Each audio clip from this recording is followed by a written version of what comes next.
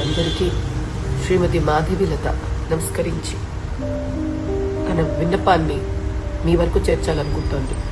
July 24, 2025 సంవత్సరంలో Banjara road number 12 ఒక చిన్న బస్తీ వాళ్ళు మొక్కుకునే 100 సంవత్సరాల నుంచి వస్తున్న గ్రామదేవత పెద్దమ్మ తల్లి గుడిని కొనుగొట్టడమే కాకుండా అమ్మవారి విగ్రహాన్ని పెకిలించి ఎక్కడో వెళ్ళిపోయారు.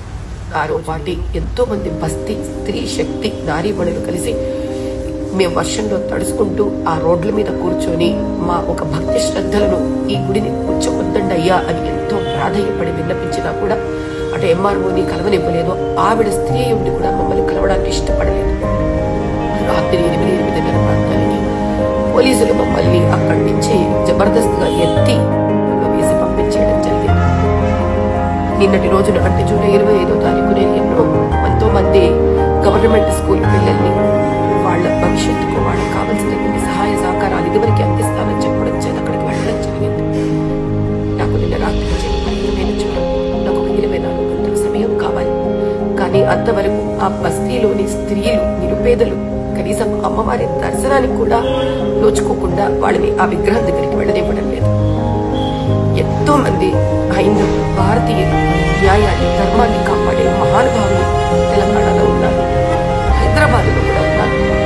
దయచేసి నేను కింద పంపించే లొకేషన్కి మీరు వెళ్ళి కనీసం అమ్మవారి దర్శన భాగ్యం వల్ల వాడికి ఆ పేద బస్తీ అడిగింది ఏం తెలుసా, 20 నుంచి 100 గజాల స్థలం కావాలి.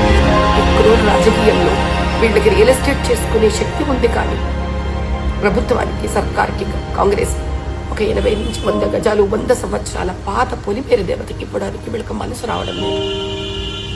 ఒక పేదవాడిని సహాయపడిన అలాంటి వాళ్ళని రైటిస్ట్ అని కొంతమంది, రైట్ వింగ్ అని కొంతమంది, మతాలను రెచ్చగొడుతుందని కొంతమంది ఇష్టం వచ్చినట్టు నేను ఆరోపణ చేస్తాను. కానీ ఒక హిందువా, ఒక ముస్లిమా, ఒక క్రిస్టియనా, ఒక సిక్కా, ఒక జైనాకు సంబంధం లేదు. ఒక బీదవాడు రాజకీయ నాయకుడు ఎదురు చేస్తే ఎవరు ఎలా అన్యాయం చేసినా తనకి ఆ పరమాత్ముడు, ఆ భగవంతుడే తనకు కేవలం న్యాయం చేస్తాడు ఏదో ఒక రోజు వచ్చి అని ఒక ఆశతో ఎదురు చూస్తాడు. అదే ధర్మం, అదే ఒక భక్తి, పేదవాడి భక్తి. దయచేసి హైందవులందరికీ ఈ విషయాన్ని అర్థం చేసుకోండి. దయచేసి రేపు నేను వచ్చే లోపల అక్కడ వాళ్ళకి ధైర్యాన్ని, సహాయ సహకారాలను అందించమని మనస్ఫూర్తిగా విన్నవిస్తున్నాను. ఇది రాజకీయం చేయొద్దండి. ఇది నాకు రాజకీయం కాదు. ఇది కేవలం భక్తి. ఒక బస్తీని ధైర్యంగా వాళ్ళ భక్తిని వాళ్ళకి అందింపజేయాలని ఒక